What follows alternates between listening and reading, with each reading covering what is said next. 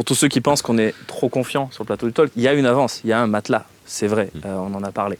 Après, évidemment, on n'est pas à l'abri d'une défaite à l'extérieur qui nous ferait quand même chanceler Je vous invite. pour le dernier match. Parce que le dernier match, tu peux aussi finir 5e et faire la Conference League l'année prochaine. Hein.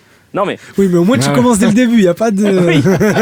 Non, mais tu peux aussi avoir un scénario catastrophe. Il reste 2 matchs, tu as 3 points d'avance. Si jamais ça ne se passe pas bien, je vous invite tous à écouter parce que j'en parle jamais. Le très bon podcast Passe ton ballon, qui a réalisé une émission il y a quelques semaines qui s'appelle l'OM, ce club de choker, et qui revient sur toutes les dernières désillusions de l'OM dans le sprint final.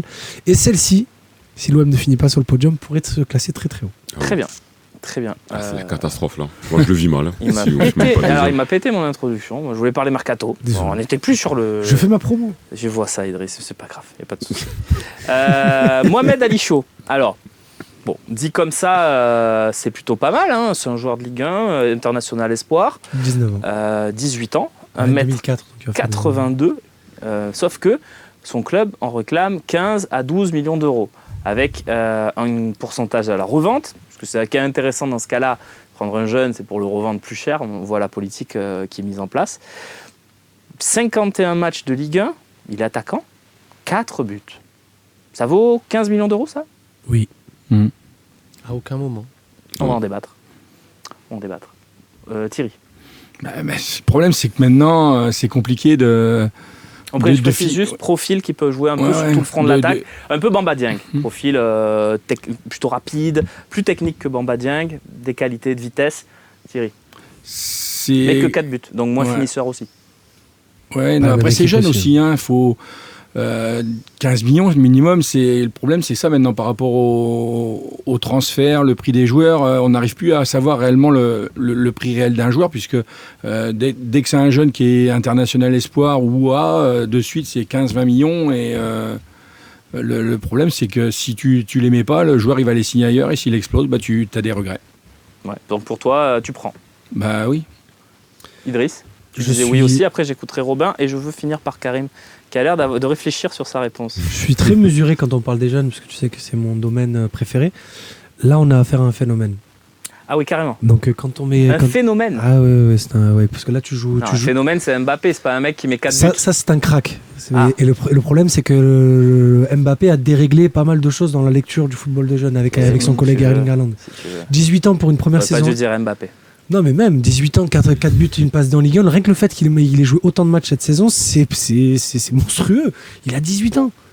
Et les mecs de sa génération à l'OM, ils jouent même pas avec la réserve. Ils sont remplaçants en réserve dans les mecs de son âge. Donc c'est pour te montrer l'étendue du gamin. On est tous d'accord. Mais à titre de comparaison, Dieng, qu'on critique beaucoup sur sa finition, il a mis 7 buts en Ligue 1. Il a 4 ans de plus. Je suis d'accord, mais il n'a pas plus d'expérience en Ligue 1. Oui, mais il joue pas dans la même équipe aussi. Okay. Dieng, il joue dans une équipe qui a 70% de possession à chaque match et qui se procure beaucoup plus d'occasions. Non, mais il a son mérite. Pour préciser. Il a son mérite. Donc, mais il joue pas dans la même équipe. Vas-y, parle-moi d'Ali. 15 millions direct. Ouais, direct. Après le pourcentage à la revente, je laisserai Pablo Longoria faire négocier le plus petit pourcentage possible, même si j'ai du mal à voir Angers se laisser faire dans ce dossier. Mais c'est un joueur qui, dans un an même, on vaut le double si c'est pas le triple.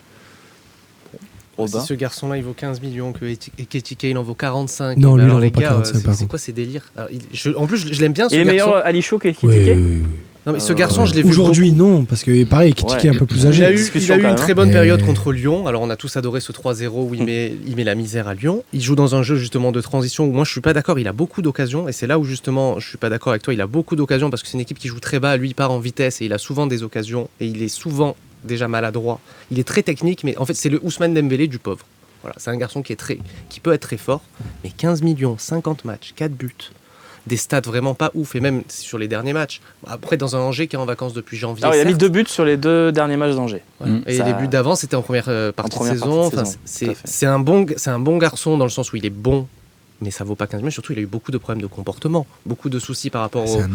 C'est un enfant, tu le ramènes en Ligue 1. Justement, est-ce que tu vois un enfant comme ça qui va arriver à 15 millions à Marseille, il joue, on a parlé de Dieng, pour moi, c'est à ça que ça sert des cadres dans problème. Mais est-ce qu'on a les moyens de mettre 15 millions sur un remplaçant de 18 ans déjà? Les clubs français, ils vendront jamais un attaquant, un international à 5 millions à l'OM. Tu rames 15 millions à l'époque. On nous a dit pareil pour Thuram, on nous a dit pareil pour Pléa. Mais est-ce qu'on est obligé d'aller recruter en Ligue 1 du coup, Karim? Mais c'était des excellents joueurs. À ce prix-là. Ils sont aujourd'hui. Ils sont titulaires au Borussia Mönchengladbach et ils éclatent tout. Après, Thuram, il a eu eu un petit souci qui a fait que. Léa, il met 3 buts et il est allé en équipe de France, Alassane Pléa. Ah, il y allait. Après, oui, non, mais alors dans ces cas-là, Julien Faubert, il a été en équipe de France. Non, mais ce que je veux dire, c'est que 15 millions. Il a fait des saisons à 30 buts quand même déjà. Il en a fait. Les gars, on parle d'un mec qui a 18 ans, qui a mis 4 buts, qui joue dans une équipe d'Angers en transition où ça jouait, donc c'était son jeu. Il sera peut-être à l'OM où ça sera pas du tout son jeu. C'est pas un joueur de possession, c'est un joueur de rapidité. C'est un joueur un peu comme Dieng.